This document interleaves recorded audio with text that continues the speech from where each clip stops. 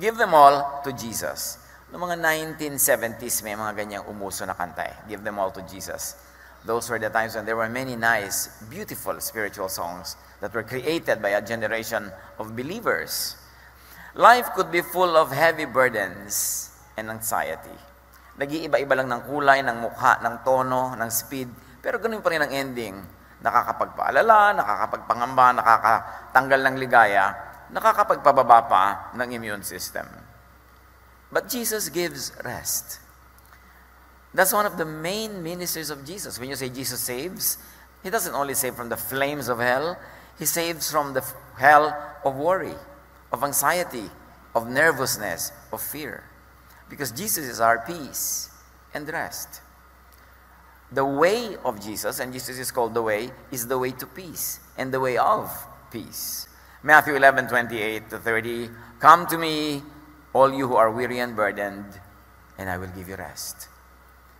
At hindi yata ako magsasawa na lagi yan i-quote, because this is the most effective idea of Jesusness, that Jesus gives rest. The world gives cares and worries and anxieties. Now, how do you give your cares to Jesus? How does it happen to the point that you really get to rest and to be at peace? First of all, think of Jesus and His love, His goodness, and His kindness. Think of that. Think of the character, the intention, and the actions of Jesus. At lahat ng ginawa Niya para pagalingin ang may sakit, para payapain ang mga natatakot, para pagkasunduin ang mga magkakagalit, para patahimikin ang kalooban. Ito ang pag-isipan. Marami tayong pwedeng isipin. Kung anong iniisip mo, yun ang makaka-apekto sa iyong blood pressure, yun ang makaka-apekto sa iyong kalusugan. So think of Jesus. Think of the Jesus way. John 8:12, when Jesus spoke again to the people, He said, "I am the light of the world. Whoever follows me will never walk in darkness, but will have the light of life." Now, darkness here doesn't only mean sinful living or immorality or all those kinds of dark deeds that people associate with darkness. But this is about any darkness. And Jesus says, "Follow me and you will never walk in any form of darkness. You will never walk under any concept of darkness." So think of Jesus correctly, and you will not walk in the darkness of mind, in the darkness of heart and emotion. Think of Jesus constantly, and you will never walk in sadness, in worry, anxiety, fear, and despair. Kaya dapat isipin lagi si Jesus. Isipin ang mga sinasabi Niya. Isipin ang Kanyang mga ginawa. Palitan ang lahat ng mga isipin na negative lang naman ang effect sa ating buhay. Romans 8:38-39, "For I am convinced that nothing will be able to separate us from the love of God that is in Christ Jesus our Lord." Meaning, neither death nor life, extreme na yan. Angels nor demons, the present or the future, nor any powers, neither height nor depth, nor anything else in all creation will be able to separate us from the love of God that is in Christ Jesus our Lord. Nothing. Pag inobserve natin yan at inabsorb natin yan, sabi, nothing can separate you from the love of God through Jesus. Not a broken or a failed relationship. Not a failed business. Not failing health. Not separation of people. No germ, no virus, no disease can separate you from the love of God. Pag yun inintindi natin, isinaloob, yung pa lang, magbibigay na sa atin ng liwanag, ng lakas ng loob, at mahalaga sa tao, lakas ng loob. Kaya meron tayong napaka-highly developed concept of loob. Pag dumadating ang problema, may magsasabi sa iyo na very concerned, lakasan mo ang loob mo. Bakit nila sinasabi yun? Kasi pag malakas ang loob natin, nagwawagi tayo sa lahat ng mga attacks from the outside. Ganon din sa kalusugan. Marami mga nagtatao, how do you protect yourself from all of these viruses, from all of these germs? Well, you could wear a mask, you could disinfect your hands, you could stay away from many people, but really, the most powerful protection is a very, very healthy immune system. Kahit saan, sa elevators, escalator, whenever there are crowds and people breathe, they exhale, you inhale what they exhale. Actually, ang dami nating nahihinga ng mga kung ano-ano mikrobyo. Hindi lang tumatalab lahat kasi meron tayong panglaban na nasa loob. So pag malakas yung loob mo, hindi lang emotionally, kundi this time, physically, yung health mo, yung immune system mo, hindi ka tatablan. Pero syempre, do not tempt nature. Kahit malakas pa yung resistensya mo dyan, very healthy ka, umiwas ka pa rin, disinfect your hands, try to wear a mask when you are sick or when you are surrounded by people who might be sick, and observe hygiene. Pero ang pinakamahalaga talaga, malakas ang katawan mo. That's why people who are very advanced and evolved in their medical practice will tell you the best medicine is really good health. Na matulog kang ng mahaba, masarap, mahimbing, kasi yung tulog nagpapalakas ng resistensya mo. Kumain ka na masarap, masustansya. Huwag mong pag-iisipin ng problema mo kasi hindi rin naman nasosolve. Hayaan mo siya. Mag-relax ka, kasi pag relax ka, nakapahinga ka, nakakain ka, nakatulog ka, mahimbing, tumatalino ka. Naiisip mo yung solusyon sa iyong mga problema, kaysa lagi ka lang magbukmok, lagi ka lang malungkot. Ang malungkot na tao, bumababa ang kanyang immune system, madali siya magkasakit. Mahirap daw magkasakit na masaya.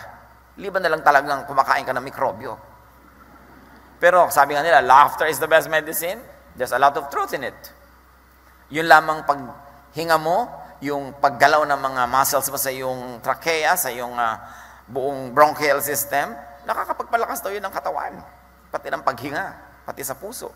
So, sikapin mong sumaya. Kaya si Jesus sinasabi niya lagi, be at peace, rest. Hindi niya sinasabing walang problema, huwag mong solve. Pero niya, be at peace, be at rest. And we can believe in that because Jesus is in control. Sabi ng mga kasama niya sa bangka nung pinatahimik niya ang bagyo, what man is this? Even the winds and the waves obey Him. Walang hindi sumusunod sa Kanya. Pero sasabihin natin, bakit hindi natin pasunurin sa Kanya ang mga mikrobyo? Tayo muna unang sumunod. Pag sumunod tayo, sinasabi niya, payapain mo ang loob mo, magpatawad ka, umibig ka, di ba? Pati yung kanyang mga disciples na pagod na sa pagme-minister, sabi niya, alis muna kayo dyan, pupunta tayo sa isang nakahiwalay na lugar, magpahinga kayo, kumain kayo. Yun ang pagsunod kay Jesus. Hindi lang yung pagsunod sa mga gawain ng kabanalan, pati yung paggawa rin ng mga mabuti sa iyong katawan, pagsunod din yung kay Jesus.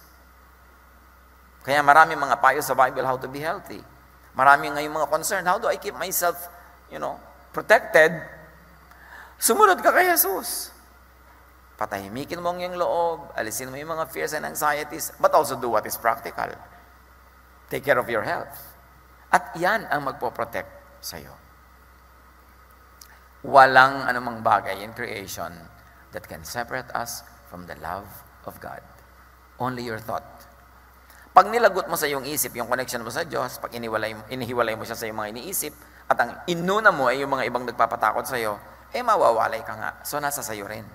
Kaya dapat bantayan ang ating isip. Dahil ang isip na nag-aalala, natatakot, nagwo-worry, is the devil's workshop. Lalong tumatalab sa atin yung mga ayaw natin pagka hindi tayo nakapahinga. Christ lives in us. That's what scriptures say. The Holy Spirit lives in you. We are the temple of the living God. The kingdom is in you. All that. Pagka inabsorb mo yun, the kingdom is in me. Therefore, I have all the power, I have all the energy, I have all the capacity to keep this kingdom intact. I am the temple of the Holy Spirit. Therefore, I have the responsibility and the privilege and the power to keep this temple clean. Yung mga Israelites noon, they did a lot of things to keep their temple, their physical temple, physically clean. But we know that the real temple of God is the believer's heart. And to keep that heart clean is not only to avoid physical foods, not only to avoid clinical dirt, but also to avoid things that make our minds weak and afraid and anxious. Kasi kalaban yon ng cleanliness of the temple. Ephesians 3:17-19. And I pray that you may have the power to grasp how wide, how long, and how deep is the love of Christ. Sabi niya, maunawa niyo.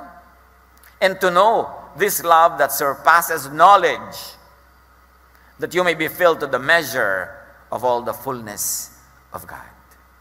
Medyo abstract yung presentation tsaka yung discussion. Pero ang sarap himayin at unawain.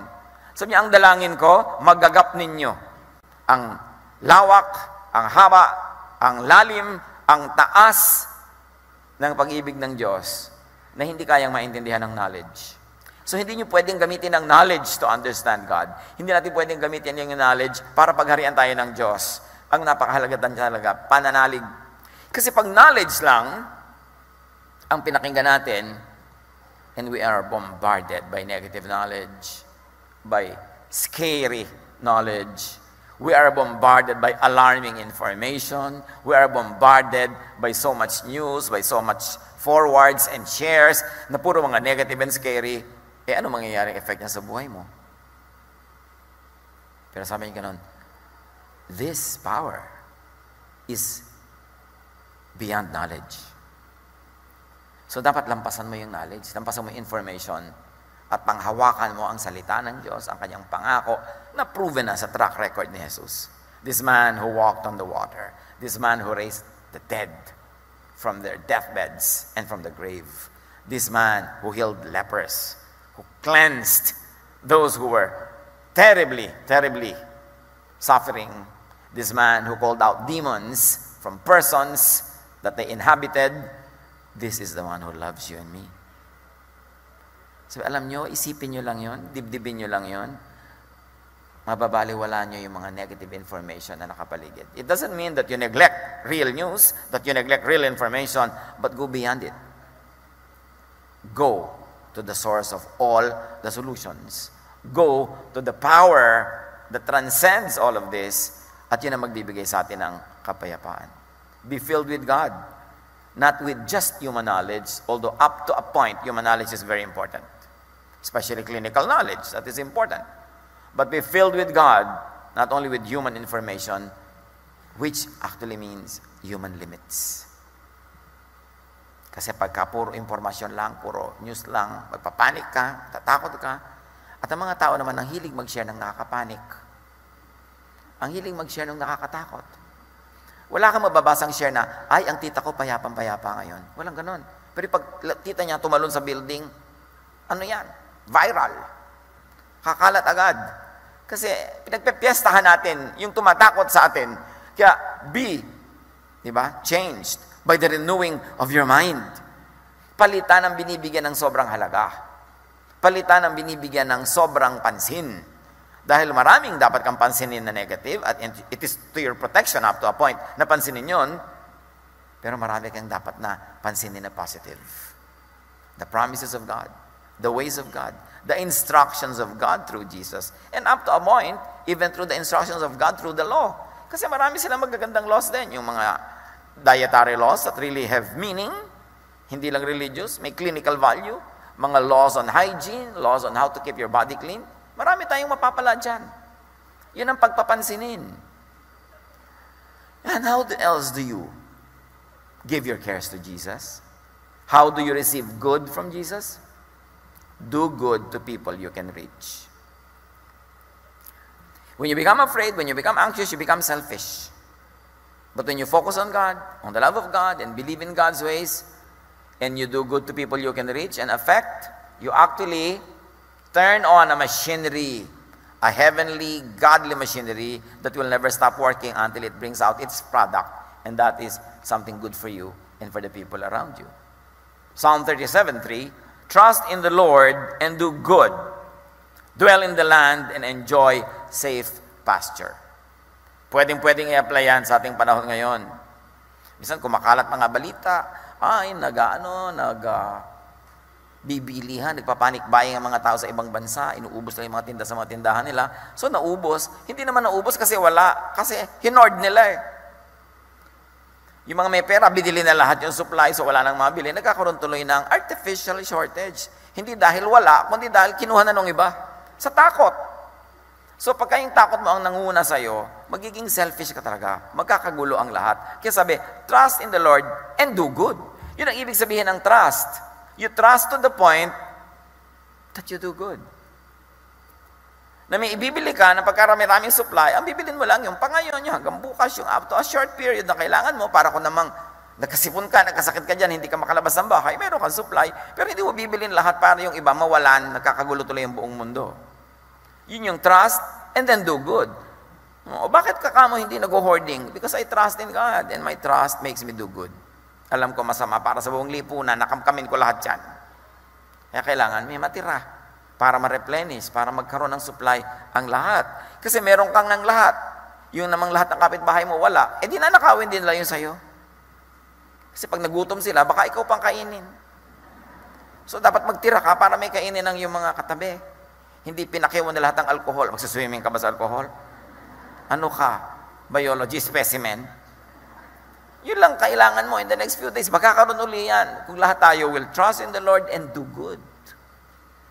Mag-ingat ka lang. Kaya ka naman dapat may konting supply sa bahay mo. Eh kung biglang you fall ill, hindi ka makabili. Hindi meron ka. Hindi para wala nang mabili yung iba. Nagpapanik buying, naubos ang mga toilet paper sa Hong Kong. Naubos ang mga clinic sa Singapore that their head of state had to address it on their national television. Huwag nyo ubusin. Bakit pati yan, di ba? Pero hindi naman naubos sa mga Q-Tex. Mabuti naman, may natira pa. Pero pag ginawa natin yan, lalo yung mga may kayang bumili, di wala namang natira doon sa iba. Trust in the Lord and do good. Dwell in the land and enjoy safe pasture.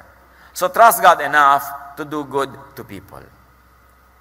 Not naman yung sobrang good na niyakap po na lahat yung inuubo. Hindi ganun.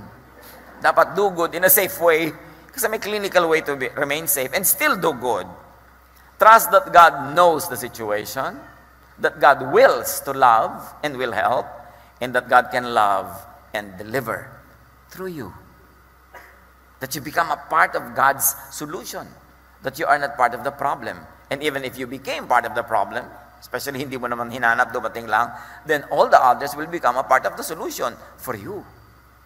Yun ang mahalaga sa mga tao, mga kapatid. Pagka may mga crisis, may mga difficulty, we move as one humanity, as one race, as one city, as one nation. That is how we survive. Hindi yung magkakanikanya. Hebrews 13:6, and do not forget to do good and to share with others, for with such sacrifices, God is pleased. And when God is pleased, good things happen. May anxiety ka, kapatid. Ano man yun? Kahit hindi virus. May anxiety ka tungkol sa iyong health. May anxiety ka tungkol sa iyong mga payables. May anxiety ka tungkol sa iyong pag-ibig na actually walang pag-ibig kaya ka anxious. Diba? May anxiety ka nito, may ganun-ganon. You want good things to happen. No? Do good. Do not forget to do good and share with others. For with such sacrifices, God is pleased. And when God is pleased, good things happen.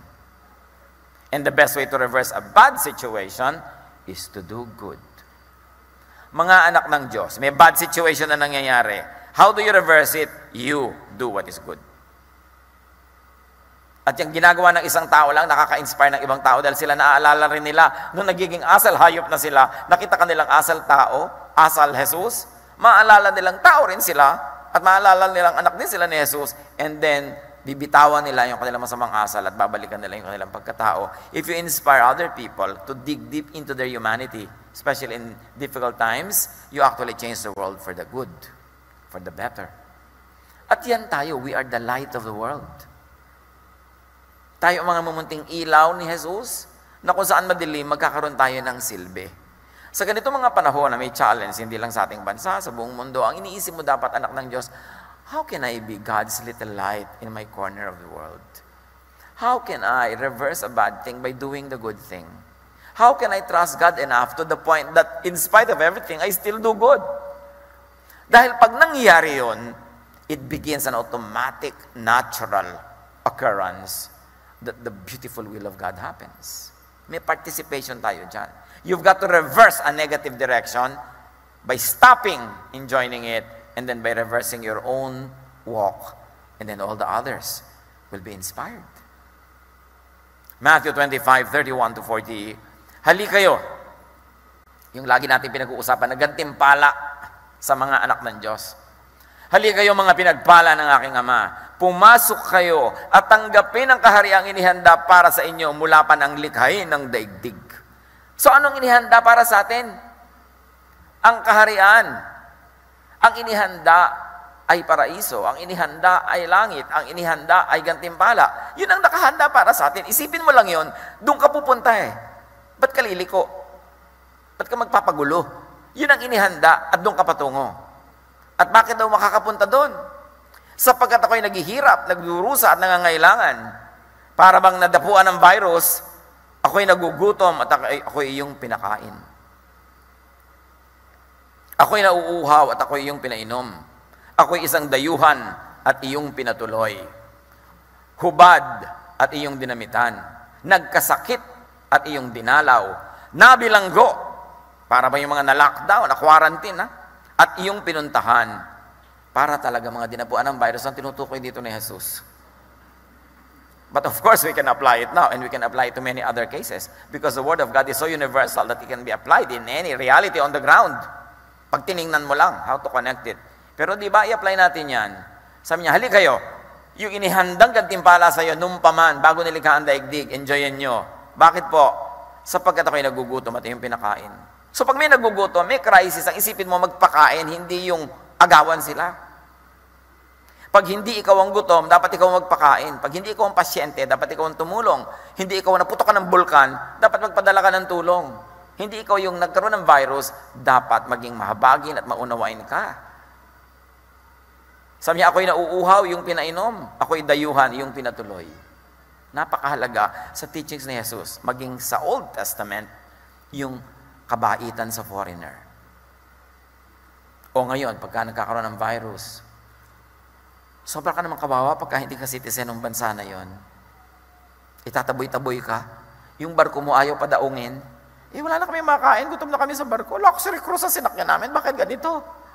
Nagkaroon kasi ng problema. Hindi mo bansa yung dinadaungan, papapasukin ka ba? Dito nga sa atin, di ba, nagpaplano sila kung saan itutuloy yung mga i-quarantine. Pinagtatabuyan ng mga iba-ibang mga local governments. Saan natin dadalhin yung mga tao? Sa pusod ng dagat? Ibig mo sabihin, kung hindi galing sa town mo ito may sakit, hindi welcome. Ano yan? Politics ba yan? O humanitarian value ba yan? Saan natin dadalhin? Sabi ni Jesus, ako ay dayuhan, ako ay yung pinatuloy. Lalo na kung citizen ka pa ng bansa mo, ayaw ka pa patuloyin?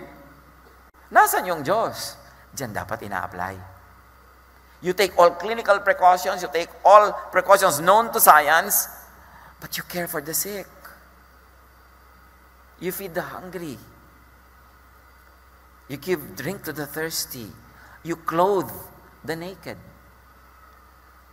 Di ba, may mga protective clothing pa nga ngayon? Talagang kitang-kita mo na, may connection.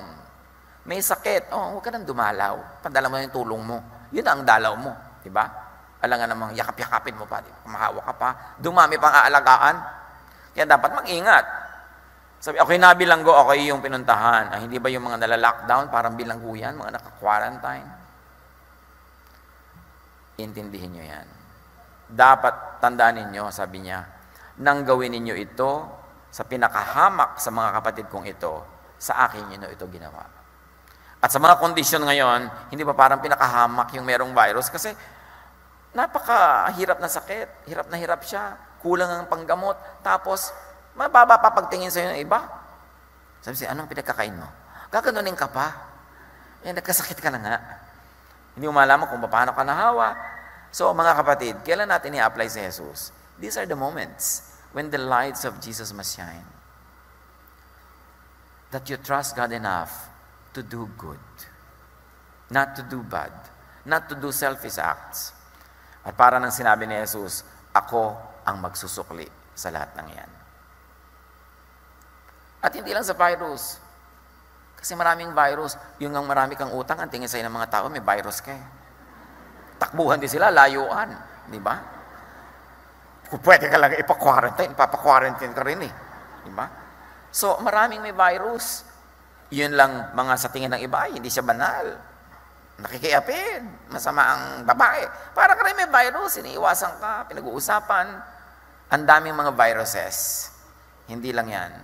Maging sensitive tayo mga kapatid. Maraming tao nagdurusa. Maraming tao ang naka-quarantine. Maraming mga tao naka-lockdown ang buhay nila kasi ayaw silang puntahan, ayaw silang tulungan, pinandidirihan. Lahat ng yan ang sinabi ni Jesus. Pag ginawa nyo ang lahat ng ito sa pinakahamak, aariin kong sa akin nyo ginawa. Kapag malapit ang puso ko sa mga kawawa, sa mga hamak, sa mga pinandidirihan, sa mga itinatakwil, sa itinataboy. Pag ginawa nyo yan, sabi niya, welcome kayo dito sa kaharian na inilaan noong paman. At ako ang magsusukli sa inyo. Buhay na buhay, 3D, colored, high-tech sound, HD sa atin ngayon ang ibig sabihin ng virus. Conscious na conscious tayo. Pati nga mga silya natin, di ba? Oh, hindi kayo makakapag-hold.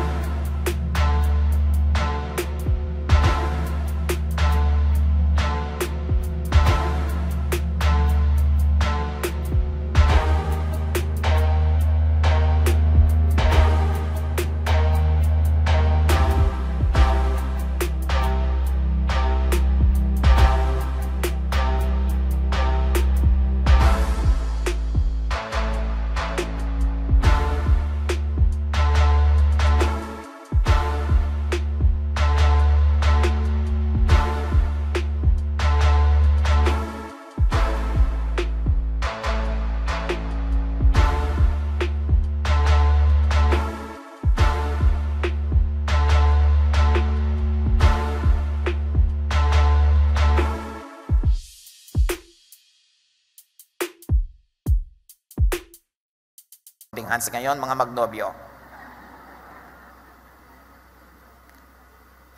I-apply natin sa lahat ng ibang uri ng virus kasi marami tayong tao na itinuturing na may virus. Tinatakwil, nilalayuan, nilalait, kinakawawa. Yun din yun, ibang virus lang nga. Sa lahat ng yan, isa lang ang sagot ni Jesus, pag-ibig, pagtulong, pagmamahal, pangunawa, at pagpapadala ng lahat ng kaya nating ipadalang tulong.